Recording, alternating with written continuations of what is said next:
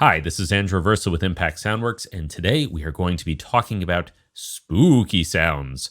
Dark sounds, unsettling, creepy, whatever you want to call them. We're going to talk about how you can get some of these sounds using our instruments, what makes them creepy, and then how you can apply some basic sound design techniques to make or customize your own. So what I've done is I've pulled up a range of different libraries, starting with Tokyo scoring strings. So one of the simplest things you can do with strings to make them sound creepy is to try the harmonics articulation. Harmonics are already very wispy and ghost-like to begin with.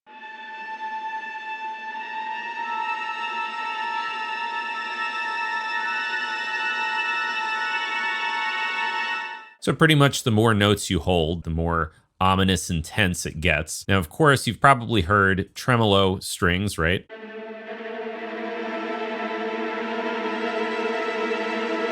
But while these are tense, I don't really think they sound as creepy as harmonics. Now, something we can't ignore when you're doing creepy and scary sounds is the idea of space, reverb. Sometimes having a lot of this icy space as opposed to a close-up sound is going to make something sound a little bit more unsettling.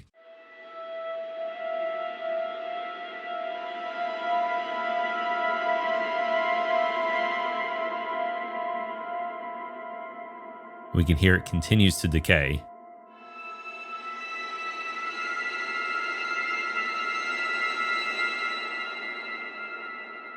Let's hear that with no reverb. Still scary, but having a long tail reverb definitely can make things sound icier. Now, you don't have to use a lexicon reverb. You could probably just use your DAW's default reverb and get similar results if you just play around with it.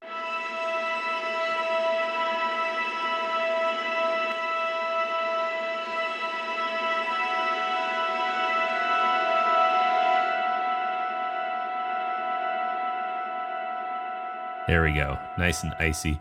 Same thing goes for delay as well. For example, we could put on a simple stereo delay here.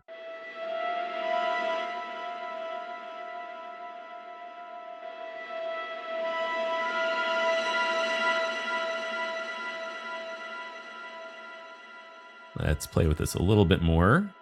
Could increase the cutoff, increase the input volume on this.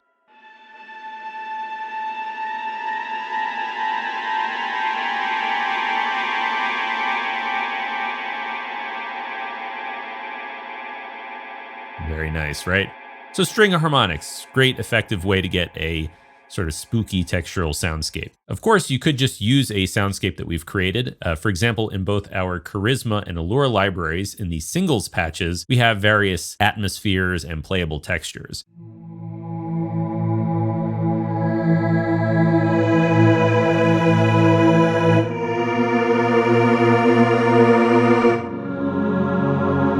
Now, this sounds okay, but if you play a single note,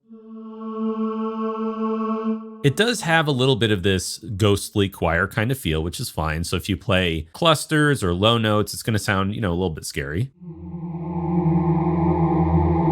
However, what we really want, and this is something that's going to come up throughout this tutorial, is inharmonic sounds. We want things that aren't just in the harmonic series. In other words, we want things that sound screechy, scratchy, stuff that isn't what a typical instrument would produce, but something closer to what a piece of metal might produce when you hit it.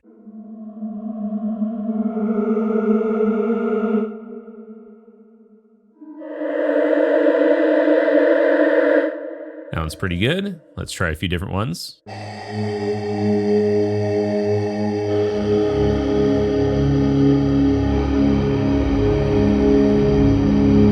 So while we do have tonal frequencies here, we also have these airy, noisy inharmonic frequencies. In fact, if you have all the harmonics and all the inharmonics, what you get is just pure noise.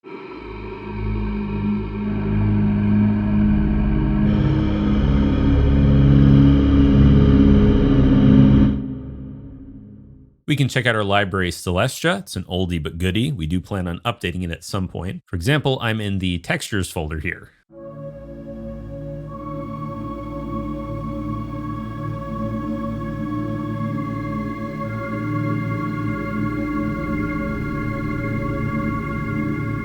So that's unsettling, I think, because of the pulsing aspect of it. Well, let's check out a few more.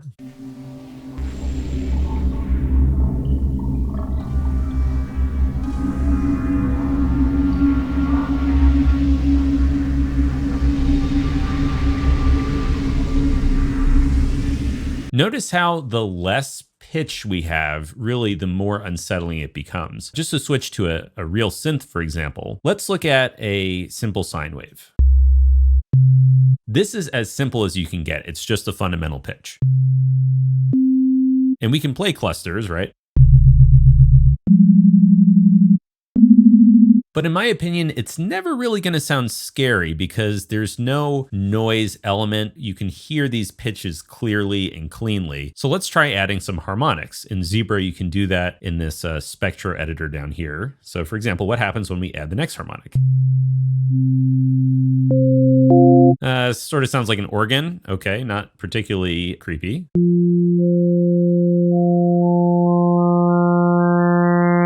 What we're getting here is the harmonic series. Without getting into the physics and the music theory of it, basically all of these frequencies are tightly related and they're based on the fundamental frequency that we play. So if I play middle C, there's a set harmonic series of frequencies created using a sort of mathematical equation, and it's going to generate the same way no matter what note I play. So let's compare that to our Plectra Series 5 Guzheng. And here we have a bowed articulation. Typical bowed strings, you always get some noise, but with this library in particular, there are a lot of these inharmonics that sit outside of the harmonic series.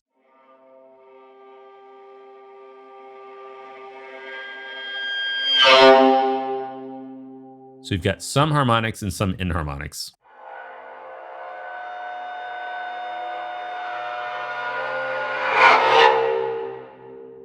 And then just like before, if we add reverb to this, we can make it sound maybe a little spookier.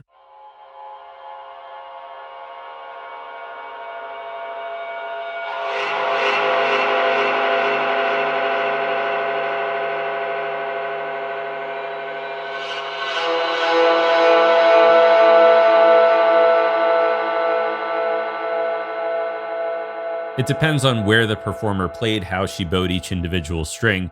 But you can hear that there are a lot more of these noisy frequencies that just don't quite sit in with the harmonic series. You compare that to this. Like we can put reverb and delay on this, but it's just not going to sound, it's just not going to sound that scary.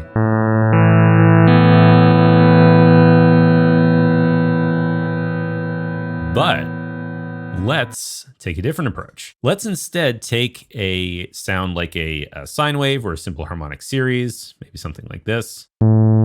And let's start applying some frequency modulation.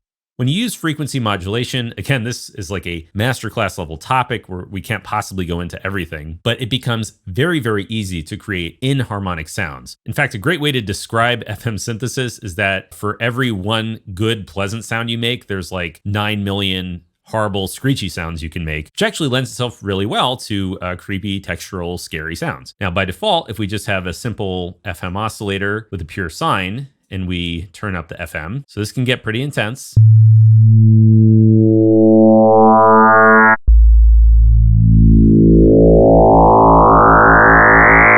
Okay, all right. What happens when we start detuning things? One of the main ways that FM can sound good is by using clean multiples of frequencies. So for example, you have an octave up, a fifth, 2 octaves up, things like that. When you start using one semitone off or slight detuning by sense, it gets really wild really fast.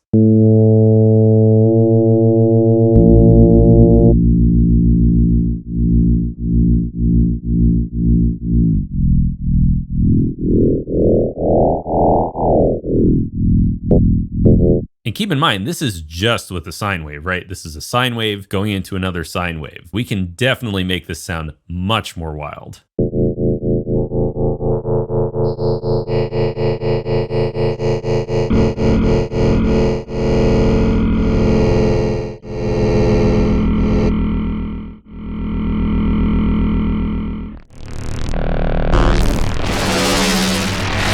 Right?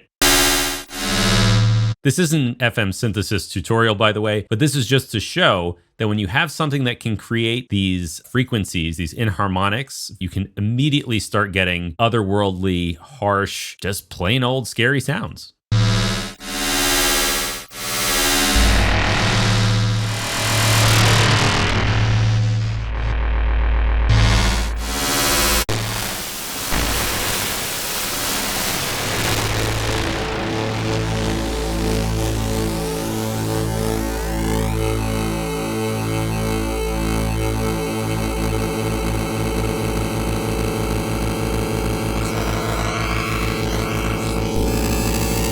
And so that's some of the stuff you can do with FM. The point here isn't to show how to make a textural soundscape horror patch with FM. It's just to show that as soon as you start introducing more inharmonic frequencies, you can get very scary, screechy, unpleasant sounds, which, if you're trying to make scary music, is perfect. Let's look at Super Audio Cart. We've got a whole category of texture sounds in the FX drones, FX experimental. Let's check out some of these.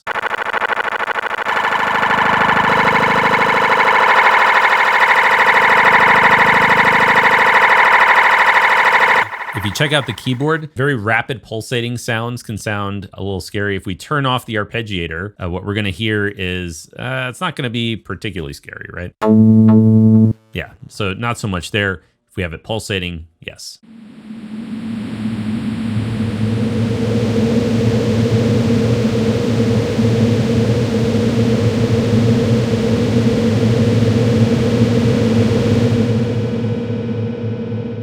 Show once again what a little bit of reverb can do.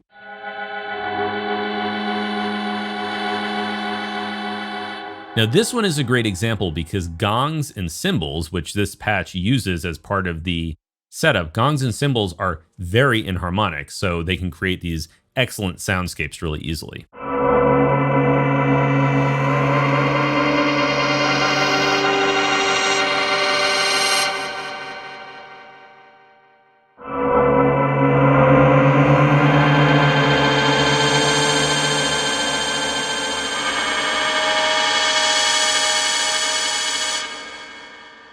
Now let's check out Sonic Forest. This one also has NKI patches. It's one of our least expensive libraries, but a lot of fun to play with.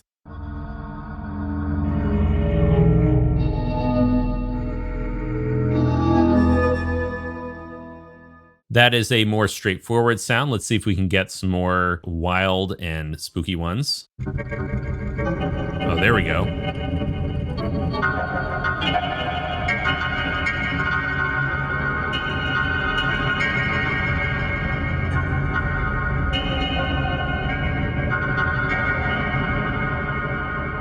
Here we have rhythmic sounds, we have inharmonics, not a lot of pitched elements. All of these things create a really nice soundscape. One other thing you can do from a processing perspective is, let's say you have a sound you like that is more tonal. So I'm gonna go back to Charisma for this one. So here we've got this eerie pad. Now I'm going to use a frequency shifter. In this case, I'm using the kilohertz plugins. And watch what this does. This isn't an EQ. It's not a pitch shifter. It literally shifts all the frequencies left or right, and that can start sounding very strange.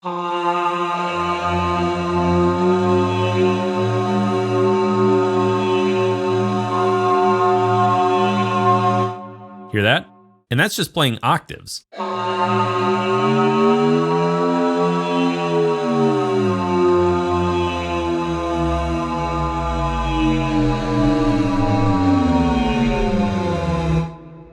Very useful tool when you're trying to create things that are unsettling. One more tool you can use is ring modulation. Let's hear what this sounds like when we turn it on.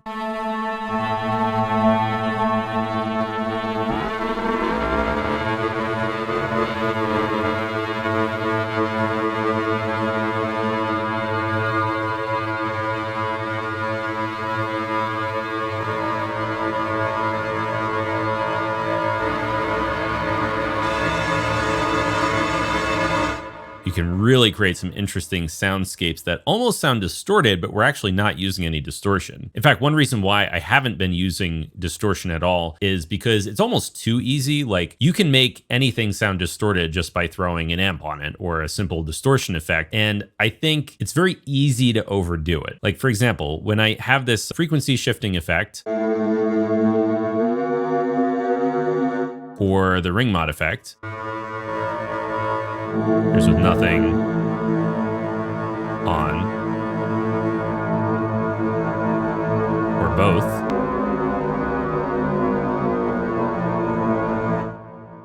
That, to me, sounds like a more interesting processing chain than simple distortions. Let me throw on, Fab Filter Saturn, for example.